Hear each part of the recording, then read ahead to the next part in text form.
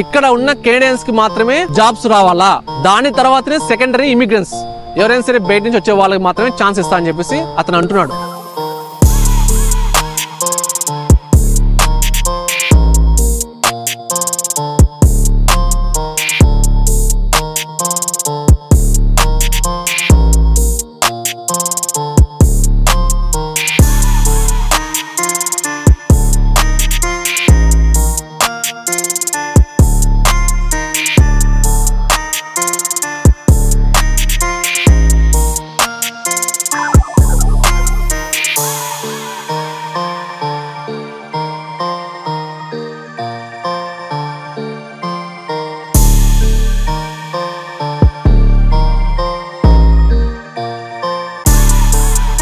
మామా welcome to Canada మామా.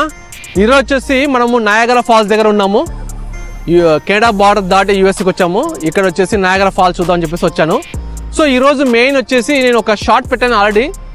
ఇప్పుడు ట్రూడో గవర్నమెంట్ వచ్చేసి ప్రస్తుతానికి వాళ్ళకి సపోర్ట్ లేదు మామా. ఇంతకుముందు వాళ్ళది ఎన్డీపీ తర్వాత లిబరల్స్ రెండు కలిసి వాళ్ళు మైనార్టీ గవర్నమెంట్ని ఏర్పాటు చేశారన్నమాట. ఇప్పుడు ఏమైందంటే ఎన్డీపీ పార్టీ విత్డ్రా చేసుకుంది సపోర్ట్. సో నెక్స్ట్ అక్టోబర్లో కానీ లేకుంటే డిసెంబర్ లోపల ఎలక్షన్స్ రావచ్చు అని చెప్పేసి చెబుతున్నారు. సో ప్రస్తుతానికి వచ్చేసి కెనడాలో వచ్చేసి ఇక్కడ హౌస్ ఆఫ్ కామన్స్లో టోటల్ వచ్చేసి వాళ్ళకి మెంబర్స్ వచ్చేసి 380 ఎంతో ఉన్నారు. సో వాళ్ళకి ఒక 170 కావాలా సపోర్ట్. సో 170 అంటే వీళ్ళకి ఆల్మోస్ట్ లైక్ 140 ఉంటే వీళ్ళ దగ్గర నుంచి ఒక 25 ఎంతో తీసుకున్నారు ఎన్డీపీ నుంచి. సో దానివల్ల వీళ్ళిద్దరు రెండు గవర్నమెంట్ వచ్చి ఈ రెండు పార్టీస్ కలిపి ఇక్కడ గవర్నమెంట్ని ఏర్పాటు చేసాయన్నమాట. సో ఇప్పుడు ఏమైందంటే లాస్ట్ 10 years నుంచి 2014 నుంచి 2024 వరకు liberals government Justin Trudeau government ప్రస్తుతానికి ఇక్కడ ఉంది. సో ఇప్పుడు ఏమైందంటే జస్టిన్ ట్రూడో గవర్నమెంట్లో చాలా మిస్టేక్స్ జరిగినాయి. హౌసింగ్ వాల్యూస్ పెరిగిపోయినాయి, ఇమిగ్రెంట్స్ పెరిగిపోయారు, కాస్ట్ ఆఫ్ లివింగ్ పెరిగిపోయింది, జాబులు లేవు. సో టోటల్ అంతా కేయాస్ ఉందన్నమాట. ఎందుకంటే మెయిన్ జస్టిన్ ట్రూడో పెట్టిన పాలసీస్ లైక్ లాట్ ఆఫ్ ఇమిగ్రెంట్స్ని తీసుకుని రావడం వల్ల ఇక్కడ హౌసింగ్ కాస్ట్ పెరిగిపోయిందని చెప్పేసి చెబుతున్నారు.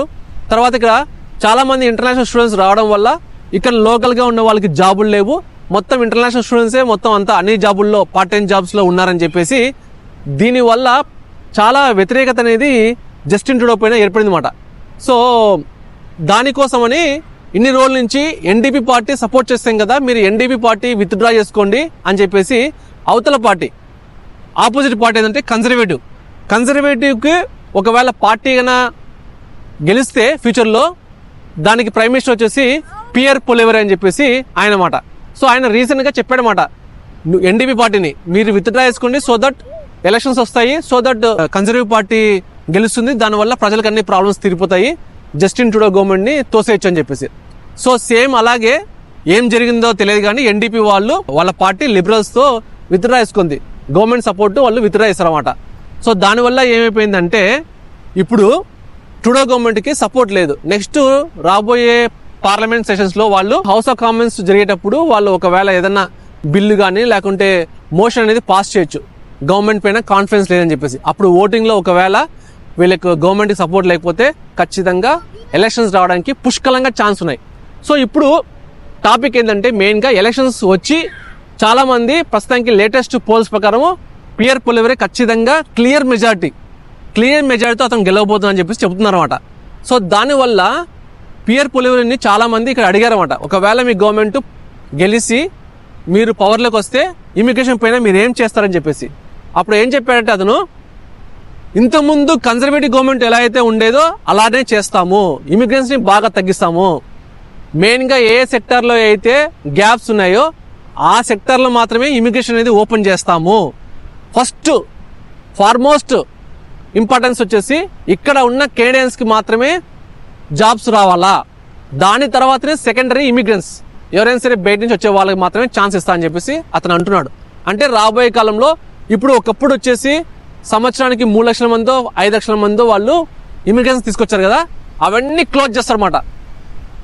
క్లోజ్ చేసి ఏ సెక్టార్స్లో లైక్ హెల్త్ సెక్టార్ కానీ లేకుంటే ఇంకా వేరే సెక్టార్లో ఏమన్నా గ్యాప్స్ ఉంటాయో ఆ సెక్టార్లో మాత్రమే ఇమిగ్రేషన్ అనేది వర్క్ అవుతుంది. సో దానివల్ల రాబోయే కాలంలో చాలా ఇమిగ్రెంట్స్ని కట్ డౌన్ చేయొచ్చు. చాలా మటుకు కెనడాకి రావడం అంటే బాగా కష్టం అవుతుంది.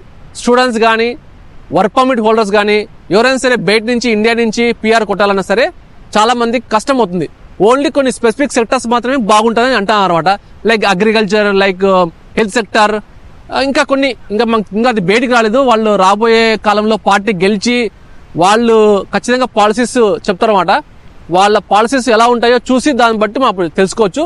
సో అది మాట. ఒకసారి మీకు పిఆర్ పోలియో ఏమన్నాడో ఒకసారి మీకు డిస్ప్లే చేస్తాను, దాని తర్వాత మనం మాట్లాడుకుందాం. Do you want to see a reduction in the number of permanent residents that are admitted to Canada in the next 2 years? It's at 500,000. We have to have a smaller population growth. There's no question about it. We cannot grow the population at 3 times the rate of the housing stock as Trudeau has been doing.